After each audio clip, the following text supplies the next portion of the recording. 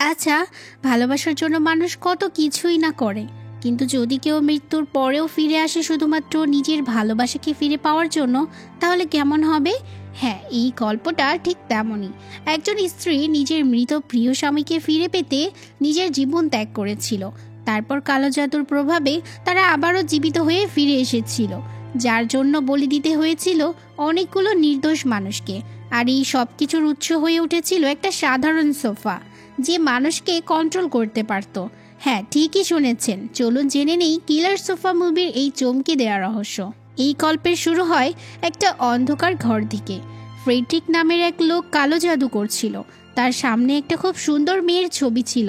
Friedrich নামের লোকটা এই মেয়েটার উপরেই কালো জাদু করার চেষ্টা করছিল। কালো জাদুর প্রক্রিয়া শুরু করার পরে ফ্রেডরিক নিজেকেই একটা সোফার সাথে বেঁধে নেয়। তখন আমরা দেখতে পাই যে এই ঘরের মধ্যে একজন ডক্টরও ছিল। ডক্টর একটা করাত ধার দিচ্ছিল। এরপর সে ওই করাতটা দিয়ে ফ্রেডরিকের একটা পা কেটে দেয়। ফ্রেডরিকের শরীর থেকে এত রক্ত বের হচ্ছিল যে সারা ঘর রক্তে ভেসে গিয়েছিল। এরপর আমরা 3জন লোককে দেখতে পাই, যারা তাদের ডেলিভারির প্রোডাক্টগুলো খুঁজতে একটা ট্রাকের মধ্যে গিয়েছিল। ট্রাকের মধ্যে অনেক ধরনের আসবাবপত্র ছিল, আর সব আসবাবপত্রের মধ্যেই তারা খুঁজে খুঁজে একটা সোফা বের করে। আর এই সোফাটাই ছিল ফ্রেডরিকের ঘরের সেই সোফা। এই সোফার উপরে ফ্রেডরিকের এক্স গার্লফ্রেন্ডের একটা চিরকুট লেখা ছিল। যাই হোক, এরপর আমরা একটা নাইট ক্লাব দেখতে পাই, যেখানে একটা ব্র্যান্ডের রিহার্সেল চলছিল। সেখানে ফ্রান্সিস নামের একটা মেয়ে ডান্স করছিল। রিহার্সেল শেষ হওয়ার পরেই সেখানে বব আর রোজেন নামের 2জন ডিটেকটিভ চলে আসে। তারা আসলে ফ্রান্সিসের সাথে কথা বলতেই এসেছে। তো ফ্রান্সিসের একজন বেস্ট ফ্রেন্ড, যার নাম ছিল মেক্সি, সে আবার ওই ডান্স ব্র্যান্ডের ম্যানেজার ছিল। ওদের কথা বলার মাঝেই মেক্সিও চলে আসে। ডিটেকটিভ 2 বান্ধবীকে জানায় তারা নাকি ফ্রেডরিকের 2টা কাটা পা খুঁজে পেয়েছে। সে ফ্রান্সিসকে জিজ্ঞেস করে সে কি এইসব ব্যাপারে কিছু জানে। ফ্রান্সিস সাথে সাথে বলে, না, আমি এইসব ব্যাপারে কিছুই জানি না, বরং আমি তো ফ্রেডরিকের ব্যাপারে কোর্টে জিডি পর্যন্ত করিয়ে রেখেছি, কারণ ফ্রেডরিক নাকি ফ্রান্সিসের প্রেমের জন্য প্রায় পাগল হয়ে গিয়েছিল। পুলিশের লোকজন তাকে আরও জিজ্ঞাসাবাদ করতে চেয়েছিল, কিন্তু তখনই ফ্রান্সিসের ঘরে যাওয়ার সময় হয়ে গিয়েছে, কারণ সে কিছু প্রোডাক্ট অর্ডার করেছিল। সেগুলো হয়তো এতক্ষণে তার বাড়িতে ডেলিভারি হয়ে গিয়েছে। ম্যাক্সি তাকে জিজ্ঞেস করলে সে জানায় সে নতুন একটা সোফা সেট অর্ডার করেছিল। অন্যদিকে ডেলিভারি ম্যান একটা দোকানদারের কাছে জিজ্ঞেস করে ফ্রান্সিসের বাড়িটা কোন দিকে। অবশ্য দোকানদার ছিল ম্যাক্সির দাদাজি জ্যাক। সাধারণভাবেই সে ফ্রান্সিসের বাড়ি চিনত। সে ডেলিভারি ম্যানের সাথে ফ্রান্সিসের নতুন সোফাটা দেখতে যায়। সে যখন সোফাটাতে হাত দিয়ে দেখতে যায়, তখনই তার মাথার মধ্যে সে অদ্ভুত কিছু ঘটনা দেখতে পায়। সে দেখতে পায় একটা যুবতী মেয়ে জঙ্গলের মধ্য দিয়ে একাই দৌড়াচ্ছে। এটা দেখে জ্যাক সেখানে বেহুশ হয়ে পড়েই যাচ্ছিল। ডেলিভারি ম্যান তাকে ধরে ফেলে। জ্যাকের জ্ঞান ফিরলে সে বলে সে একদম ঠিক আছে, কিন্তু সত্যি বলতে তার ভিশনে দেখতে পাওয়া মেয়েটিকে দেখে তার খুব অদ্ভুত লেগেছে। ম্যাক্সি তার বন্ধু ফ্রান্সিসকে তার বাড়ির সামনে ছেড়ে দেয়। সেখানে ফ্রান্সিসের নতুন বয়ফ্রেন্ড টিজে ফ্রান্সিসের নতুন সোফায় বসে তারই অপেক্ষা করছিল। এরপর সে নতুন সোফাকে ফ্রান্সিসের লিভিং রুম পর্যন্ত নিয়ে যায়। সে ফ্রান্সিসকে বলে তার কিছু নতুন বন্ধুদের সাথে দেখা করতে সে বাইরে যাচ্ছে। কিছুক্ষণ পর ফ্রান্সিস গোসলের জন্য চলে যায়। ফ্রান্সিস কিন্তু কল্পনাও করতে পারছে না যে একটা সোফা তার উপর নজর রাখছে। রাতের বেলায় ফ্রান্সিস তার নতুন সোফার উপর বসে আরাম করছিল। হঠাৎ করেই তার মনে হতে থাকে সে ঘরে একা নেই। তার আরও মনে হতে থাকে এই সোফাটা ঠিক মানুষের মতো তাকে স্পর্শ করছে। কিছুক্ষণের মধ্যেই তার চোখ খুলে যায়। যদিও সে এতক্ষণ সোফার উপরে শুয়েছিল, কিন্তু এখন সে তার বিছানায় শুয়ে আছে। সে মনে করতে থাকে হয়তো এটা ছিল কোনো একটা স্বপ্ন, কিন্তু সে এতক্ষণ যা ফিল করেছিল তা একেবারে সত্যি মনে হচ্ছে। তখন আমরা দেখতে পাই সোফার পিছনে সেই মেয়েটির আত্মা দাঁড়িয়ে আছে, যাকে জ্যাক তার ভিশনে দেখেছিল। অন্যদিকে জ্যাক তার বাড়িতে ওই মেয়েটিকে নিয়েই রিসার্চ করছিল। সে একটা ইউটিউবে ভিডিও দেখে। ভিডিওতে একজন জাদুকরের বলা কথা থেকে জানা যায় হতে পারে এই সোফাতে কোনো খারাপ আত্মার প্রভাব রয়েছে। পরদিন সকালে যখন ফ্রান্সিসের ঘুম ভাঙে, তখন সে তার রুমে কিছু শব্দ শুনতে পায়। সে মনে করেছিল হয়তো তার বয়ফ্রেন্ড ফিরে এসেছে। লিভিং রুম চেক করে সে দেখতে পায় সোফার উপরে খাবার সাজিয়ে রাখা। তাছাড়া সোফার চারপাশেও সাজিয়ে রাখা হয়েছে। কিছুক্ষণের মধ্যেই তার বয়ফ্রেন্ড অন্য রুম থেকে বেরিয়ে আসে। সাধারণভাবেই ফ্রান্সিসের মনে হয় টিজেই তার জন্য এসব করেছে। খুশি হয়ে সে টিজেকে একটা কিসও করে দেয়, কিন্তু টিজে তো বুঝতেই পারছে না যে এইসব করেছেটা কে। সে তো কিছুই জানে না। ফ্রান্সিসের সাথে কথা বলে ব্যস্ত হয়ে পড়ায় এসব নিয়ে সে আর কোনো কথা বলেনি। অন্যদিকে ডিটেকটিভ ফ্রেডরিকের কেসটা নিয়ে ঘাটাঘাটি করছিল। অনেক কিছু পর্যবেক্ষণ করে সে জানতে পারে ফ্রেডরিক সত্যিই ফ্রান্সিসের প্রেমে পাগল ছিল।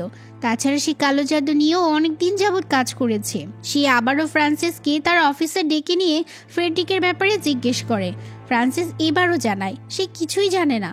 তবে সে একটা অদ্ভুত কথা বলে, তা হলো যার সাথে সে রিলেশন করে সেই কিছুদিনের মধ্যে ফ্রান্সিসের প্রেমের জন্য পাগল হয়ে যায়। ফ্রান্সিস তো তার বয়ানগুলো ডিটেকটিভকে শোনাচ্ছিল। অন্যদিকে সেই সোফাটা টিজের পিছনে লেগে আছে।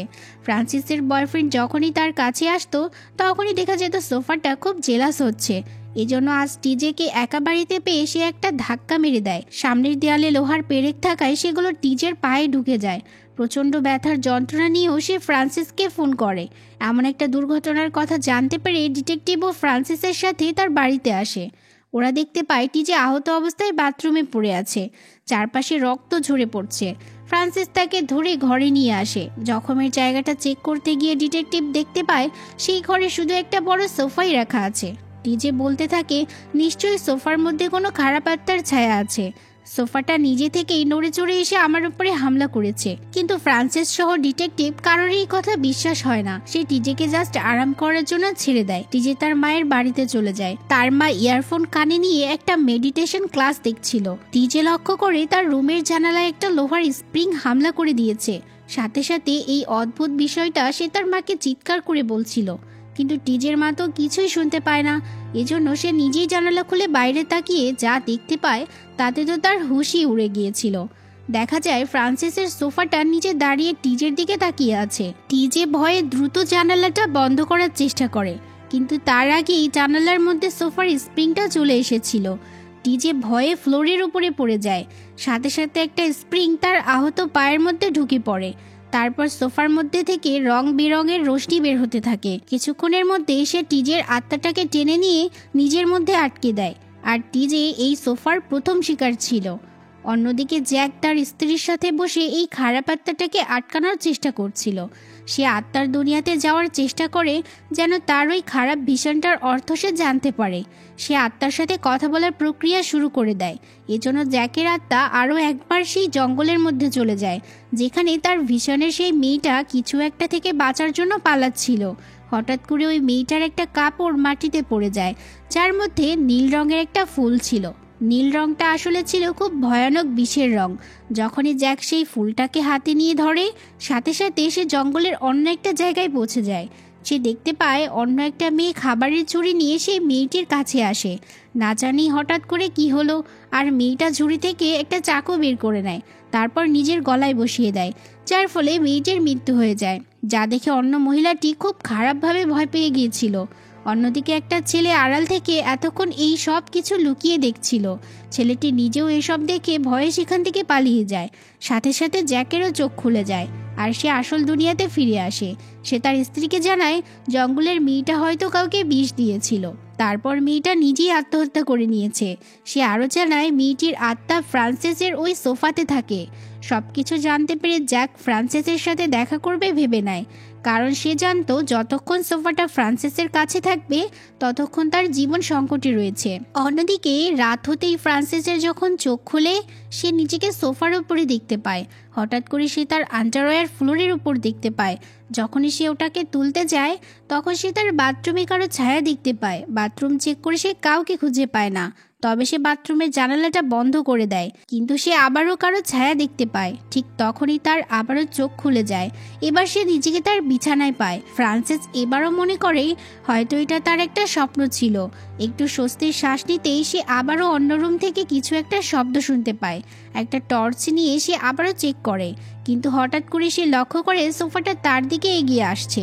সে চিৎকার করতে থাকে। সাথে সাথে সে তার বন্ধু ম্যাক্সিকে কল করে তার বাড়িতে ডেকে নেয়। ম্যাক্সি তাকে নিয়ে নিজের বাড়িতে ফিরে আসে, কারণ তার মনে হচ্ছে হয়তো ফ্রেডরিকের আত্মাই সোফাটাতে ভর করেছে। পরদিন সকালে টিজের মা তার বাড়িতে ভ্যাকুয়াম ক্লিনিং করছিল। সে টিজের রুমে গিয়ে দেখতে পায় টিজের লাশ পড়ে রয়েছে, আর ভ্যাকুয়াম ক্লিনার নিজে নিজেই টিজের বডি তার মধ্যে টেনে নেয়। ফ্রান্সিস কিন্তু টিজের ব্যাপারে এসব কিছুই জানতো না।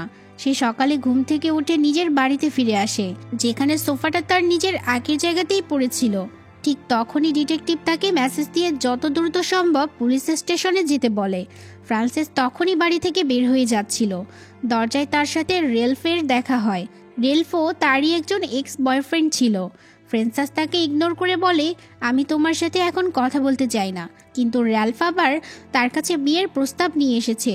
ফ্রান্সিস কোনো রকমে তাকে উল্টোপাল্টা কথা বলে পুলিশ স্টেশনের দিকে রওনা হয়। সে চলে যেতেই র্যালফ তার বাড়ির তালা ভেঙে ঘরে ঢুকে পড়ে। অন্যদিকে পুলিশ স্টেশনে টিজের ভয়ঙ্কর মৃত্যুর খবর জানতে পেরেছে, যা শুনে ফ্রান্সিস কান্না করতে থাকে।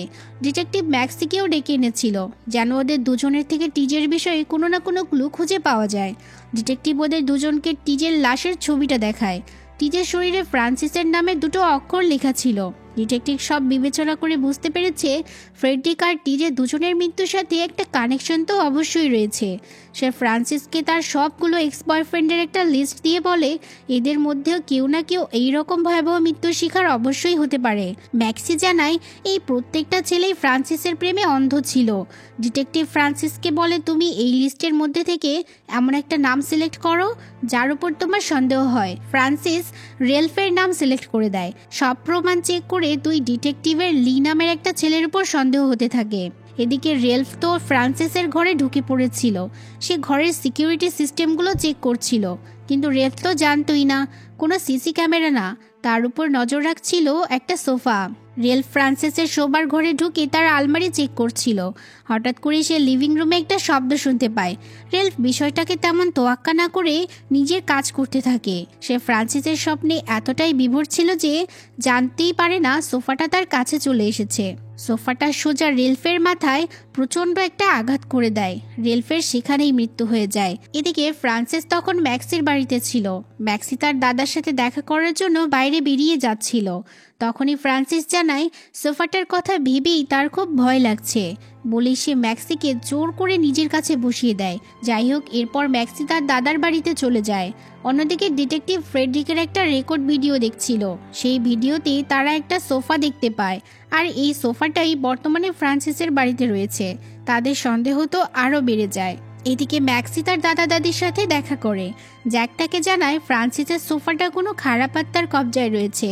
আত্মাটা খুবই শক্তিশালী আর ভয়ানক। ম্যাক্সি তো এমনটা আগেও ভেবেছিল। এবার তার সন্দেহ বিশ্বাসের রূপ নেয়। এবার সে একাই ফ্রান্সিসের বাড়িতে গিয়ে সোফাটা বাইরে ফেলে দেওয়ার সিদ্ধান্ত নেয়। কিন্তু ফ্রান্সিসের বাড়িতে পৌঁছে সে ব্যালকনিতে রেলফের লাশ দেখতে পায়। হঠাৎ করে লাশটাকে কেউ টেনে নিয়ে যাচ্ছে। ম্যাক্সি লুকিয়ে দেখতে পায় রেলফকে সেই সোফাটাই ব্যালকনি থেকে ধাক্কা মেরে ফেলে দিচ্ছে। নিজের চোখে এমন একটা ঘটনা দেখতে পেয়ে ম্যাক্সি বুঝতে পারে তার মানে কালো জাদুর এই সোফার কাহিনী আসলেই সত্যি। সে চুপচাপ এখান থেকে পালানোর কথা চিন্তা করে। ফিরে যেতেই তার পা একটা চুলের ক্লিপের উপর পড়ে যায়। সামান্য এই শব্দ শুনে সোফাটা বুঝে যায় ঘরে কেউ রয়েছে। ম্যাক্সি দ্রুত সেখান থেকে পালানোর চেষ্টা করে, কিন্তু সোফা তার স্প্রিং দিয়ে দরজা আটকে দেয়। ম্যাক্সিও দ্রুত নিজেকে বাথরুমে আটকে দেয়। তারপর বাথরুমের জানালা দিয়ে পালানোর চেষ্টা করে। এদিকে দরজার ছিদ্র দিয়ে সোফা তাকে দেখছিল। ম্যাক্সি ভালোভাবেই জানালা দিয়ে লাফ দিতে চাচ্ছিল। তার আগেই তার পা পিছলে সে সোজা নিচে রাখা একটা গার্বেজ বাক্সে গিয়ে পড়ে যায়। এত জোরে উপর থেকে পড়ার কারণে ম্যাক্সির মৃত্যু ওই গার্বেজ বাক্সের মধ্যেই হয়ে যায়। আমরা দেখতে পাই তার গাড়ির চাবিটা ফ্রান্সিসের ঘরেই সে ফেলে রেখে গিয়েছিল। এরপর সোফাটা একটা পানির পাইপের কাছে গিয়ে নিজের জাদু দিয়ে ফ্রান্সিসের সাথে কথা বলার চেষ্টা করে। ফ্রান্সিস এত দূরে ম্যাক্সির বাড়িতে বসে রান্নাঘরের পানির পাইপ থেকে সোফার কথা শুনতে পাচ্ছিল। সোফাটা ভ্যালেরিয়ান নামের একটা মেয়েকে ডাকছে। হঠাৎ করে সেই দুজন ডিটেকটিভ সেখানে চলে আসে। ফ্রান্সিস ভয় পেয়ে গিয়েছিল। সে ডিটেকটিভকে জানায় ম্যাক্সি প্রায় 2 ঘন্টা আগে এখান থেকে গিয়েছে। এজন্য তারা তিনজনে ম্যাক্সিকে খুঁজে বের করতে ফ্রান্সিসের বাড়িতে যাওয়ার সিদ্ধান্ত নেয়। ফ্রান্সিসের বাড়িতে এসে তারা শুধু ম্যাক্সির চাবিটা খুঁজে পায়। ফ্রান্সিস ম্যাক্সিকে ফোন করলে তারা ম্যাক্সির ফোনের আওয়াজটা বাইরে থেকে শুনতে পায়। ডিটেকটিভ বাইরে গিয়ে খুঁজতে গিয়ে রেলফের লাশ খুঁজে পায়। রেলফের লাশ পেয়ে তো এই কেস যেন আরও জটিল হয়ে যাচ্ছিল। এদিকে ঘরের মধ্যে ফ্রান্সিস আরও একবার ভ্যালেরিয়ার নামটা শুনতে পায়। পিছনে ফিরে ফ্রান্সিস দেখতে পায় সোফাটা তার সাথে কথা বলছে। ভয়ে সে ঘরের বাইরে চলে এলে দেখতে পায় সোফা আর রেলফের আত্মা তাকে জানালা থেকে দেখছে। ফ্রান্সিস প্রচণ্ড ভয়ে সেখান থেকে পালাতে গিয়ে সামনে ম্যাক্সের গাড়িটা দেখতে পায়। সাথে সাথে গাড়িটা নিয়ে সে ওখান থেকে পালিয়ে যায়। পরদিন সকালে আমরা দেখতে পাই সে একটা রাস্তার পাশে দাঁড়িয়ে রয়েছে। ওখানে দাঁড়িয়ে ফ্রান্সিস খুব কান্না করতে থাকে। তার মনে হতে থাকে হয়তো ম্যাক্সি ও রেলফের মতো মারা গিয়েছে। ঠিক তখনই তাকে ম্যাক্সির দাদা জ্যাক ফোন করে। সে জানায় ফ্রান্সিসের সাথে ঘটে যাওয়া আজব ঘটনার কারণগুলো সে জানে। এজন্য সে তখনই জ্যাকের বাড়িতে চলে যায় আর জানায় ম্যাক্সিকে সে খুঁজে পাচ্ছে না। সেই সাথে সে ভ্যালেরিয়া নামের একটা মেয়ের নাম শুনতে পাচ্ছে, যা শুনে জ্যাকের মনে পড়ে তার রিসার্চ নিয়ে। সে বুঝে যায় ফ্রান্সিস সেই মেয়ের নামটাই শুনতে পাচ্ছে যাকে সে তার ভিশনে একটা জঙ্গলে দেখতে পেয়েছিল। মেয়েটির সম্পূর্ণ নাম ছিল ভ্যালেরিয়া কলোরেড। মেয়েটি তার স্বামীর সাথে মিলে মানুষকে বিষ দিয়ে মেরে তাদের আত্মা নিজেদের কবজায় নিয়ে নিত। কিন্তু হঠাৎ করে এই ভয়ানক কথাটা সবাই জেনে গিয়েছিল, যার কারণে শাস্তিস্বরূপ মেয়েটির স্বামীকে মেরে ফেলা হয়েছিল। আর মেয়েটি কিভাবে মারা গিয়েছিল তা তো আমরা জ্যাকের ভিশনে দেখতেই পেয়েছিলাম। তবে ভ্যালেরিয়া মারা যাওয়ার আগে মেরি নামের একটা মেয়েকে বিষ খাইয়ে মেরে গিয়েছিল। ফ্রান্সিস জানায় ম্যারি তো তার দাদি ছিল। জ্যাক বলে ভ্যালেরিয়া মারা যাওয়ার পরে তার আত্মাটা মেরির শরীরে ঢুকে গিয়েছিল, এজন্য মেরিকে দেখেই তার সাথে প্রেম করার জন্য সবাই পাগল হয়ে যেত।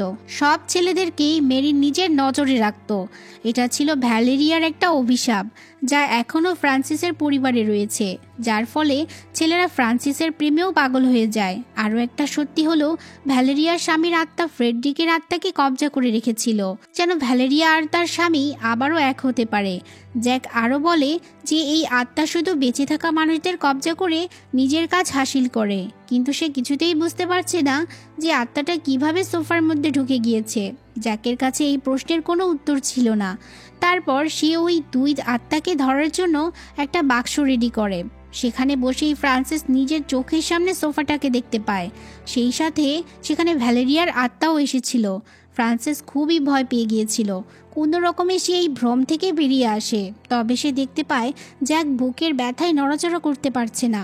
ফ্রান্সিস তাকে সাহায্য করার চেষ্টা করে, কিন্তু জ্যাক বলে হাতে সময় নেই, তুমি এই বাক্সটা নিয়ে সোফার পাশে রেখে দাও। অন্যদিকে পুলিশ স্টেশনে অরেন্ডলি নামের সেই ব্যক্তিটিকে ধরে আনা হয়েছে। সে বারবার ডিটেকটিভকে বলতে থাকে যে ফ্রেডরিকের কথা মতোই সে তার পা কেটে দিয়েছিল। ওদিকে অন্য একজন ডিটেকটিভ ফ্রান্সিসের বাড়ি তদন্ত করতে করতে তার মনে পড়ে সে ফ্রান্সিসের ঘরে একটা ক্যামেরা লাগিয়ে দিয়েছিল। সিসিটিভি ফুটেজের রেকর্ডিংয়ে সে দেখতে পায় সোফাটা নিজে নিজেই চলাচল করছে। ডিটেকটিভ এটা দেখে তো প্রচণ্ড অবাক হয়ে যায়। কিছুক্ষণ পরে দেখা যায় ফ্রান্সিস তার বাড়ি ফিরে জ্যাকের দেয়া বাক্সটা সোফার সামনে রেখে দিয়েছে। তারপর সোফার আত্মাটাকে সে আদেশ দিচ্ছে বক্সের মধ্যে ঢোকার জন্য, কিন্তু আত্মাটা তার কোনো কথাই শুনে না। ফ্রান্সিস এতটাই রেগে গিয়েছিল যে সে সোফার উপরে কেরোসিন ঢেলে পুড়িয়ে দিতে যাচ্ছিল, কিন্তু সে যতবার ম্যাচের কাঠি চালায় ততবারই সোফাটা তা ফু দিয়ে নিভিয়ে দেয়। ফ্রান্সিসের হাতে আর কোনো অপশন না থাকায় সে একটা চাকু উঠিয়ে নেয়, যা দেখে সোফাটা মানুষের মতো দাঁড়িয়ে যায় আর ফ্রান্সিসের দিকে এগোতে থাকে। ঠিক তখনই সেখানে দুই ডিটেকটিভ পৌঁছে যায়। ডিটেকটিভ বব অনেকগুলো গুলি সোফাটার উপরে ছুঁড়ে মারে, যার ফলে সোফাটা ভেঙে নিচে পড়ে যায় আর সোফার পিছন থেকে ফ্রেডরিকের জ্বলে যাওয়া শরীরটা ওদের সামনে আসে। কিন্তু বব গুলি চালিয়ে এবার ফ্রেডরিককে মেরেই ফেলে। ডিটেকটিভের মনে হতে থাকে এই ভয়াবহ সোফার গল্প হয়তো এখানেই শেষ হলো। যাই হোক, এসব কিছু দেখে ফ্রান্সিস খুব ভয় পেয়ে গিয়েছিল। এজন্য সে বাথরুমে গিয়ে কিছু ওষুধ খাওয়ার চেষ্টা করে, কিন্তু অতিরিক্ত টেনশন আর ভয়ের কারণে তার সব ওষুধগুলো নিচে পড়ে যায়। যখনই সে ওষুধ ওঠানোর জন্য নিচে বসে তখনই কেউ তার হাতটা ধরে ফেলে। এ আর কেউ না, ভ্যালেরিয়ার জ্বলে যাওয়া ভয়ঙ্কর আত্মাটা ছিল। কিছুক্ষণের মধ্যেই সে ফ্রান্সিসের শরীরে ঢুকে যায়। ডিটেকটিভ রোজার বাথরুমের শব্দ শুনতে পেয়ে দেখতে এসেছিল ফ্রান্সিস ঠিক আছে কিনা, কিন্তু ফ্রান্সিস দরজা খুলে তাকে বলে সব কিছু ঠিক আছে। অন্যদিকে আমরা দেখতে পাই গার্বেজ বক্সের মধ্যে ম্যাক্সি মারা যায়নি, সে শুধুমাত্র বেহুশ হয়ে গিয়েছিল। সে যখনই ঘরের মধ্যে ফিরে আসে ফ্রান্সিস তাকে জড়িয়ে ধরে। সে ম্যাক্সিকে বলে সব কিছু আগের মতো ঠিক হয়ে যাবে। নিচে থাকা একটা আয়নাতে আমরা দেখতে পাই ফ্রান্সিস তো ভ্যালেরিয়ার কবজায় রয়েছে। পরদিন যখন ডিটেকটিভ বব ফ্রান্সিসের সাথে দেখা করতে আসে সে দেখতে পায় ফ্রান্সিস সোফাটাকে আবার আগের মতো ঠিক সুন্দর করে সাজিয়ে দিয়েছে, যেখানে তার এই সোফাটা ফেলে দেওয়ার কথা ছিল। ফ্রান্সিস তাকে এক কাপ চা খেতে দেয়, যা ছিল সেই বিষাক্ত ফুল দিয়ে বানানো। চা খেতেই বব বেহুশ হয়ে যায়। কিছুক্ষণ পর ডিটেকটিভ রোজান ববকে খুঁজতে ফ্রান্সিসের বাড়িতে আসে। নিজের চোখে সে এমন একটা কিছু দেখতে পায় যে তার পায়ের তলার মাটি সরে গিয়েছে। সে দেখতে পায় ববের আত্মা সোফাটা নিজের মধ্যে টেনে নিচ্ছে। তারপর ভ্যালেরিয়ার স্বামীর আত্মা ববের শরীরে ঢুকে যায়। রোজান ববকে সাহায্য করতে যাচ্ছিল, কিন্তু তখনই ফ্রান্সিস পিছন থেকে এসে তার পিছনে একটা চাকু ধরে। তারপর বব মানে ভ্যালেরিয়ার স্বামী রোজানকে সেখানেই মেরে ফেলে। অর্থাৎ এই দুই স্বামী স্ত্রী মৃত্যুর পরে আরও একবার পৃথিবীতে ফিরে এসেছে। এবার তারা আবারও মানুষের আত্মা শিকারে বেরিয়ে পড়বে। সেই সময় ম্যাক্সি তার গাড়ি নিয়ে ফ্রান্সিসের সাথে দেখা করতে আসে। বব আর ফ্রান্সিসের চলে যাওয়ার পরে সে লুকিয়ে ফ্রান্সিসের ঘরে ঢুকে যায়। ঘরের মধ্যে সে ডিটেকটিভ রোজানের লাশটা খুঁজে পায়। সাথে সাথে সে একটা অ্যাম্বুলেন্সে কল করে দেয়। ঠিক তখনই তার নজর পড়ে পাশে থাকা সোফাটার দিকে। তার মনে হতে থাকে সোফাটা হয়তো তাকে কিছু বলতে যাচ্ছে। সে সোফাটার কাছে গিয়ে একটা বোতামের মধ্যে ফ্রান্সিসের আত্মাকে দেখতে পায়। গভীর অন্ধকারের মধ্যে থেকে সে চিৎকার করে সাহায্য চাচ্ছিল। ম্যাক্সি বুঝে যায় ফ্রেডরিকের পরে এবার ফ্রান্সিস এই সোফার মধ্যে আটকে গিয়েছে। আর এই মুভিটিও এখানেই শেষ হয়ে যায়। হয়তো ফ্রান্সিস আর ফ্রেডরিক চিরদিনের মতো এই সোফার মধ্যে আটকে গিয়েছে। এখন তাদের সাথে কি হবে? তারা কি আবারও বেঁচে ফিরতে পারবে কি না এসব কিছুই জানানো হয়নি। তবে আমরা আমাদের মতো একটা কিছু ভেবে নিয়ে গল্পের এন্ডিং দিতে পারি। এমন কিছু মুভি থাকে যার গল্পের শেষ হয় না, দর্শকের হাতে ছেড়ে দেওয়া হয় সে গল্পটাকে কিভাবে নিবে। তো যাই হোক, এই ছিল আজকের গল্প। কেমন লাগলো জানাতে পারেন। দেখা হবে আবারও নতুন কোনো ভিডিও নিয়ে। সে পর্যন্ত আল্লাহ হাফেজ।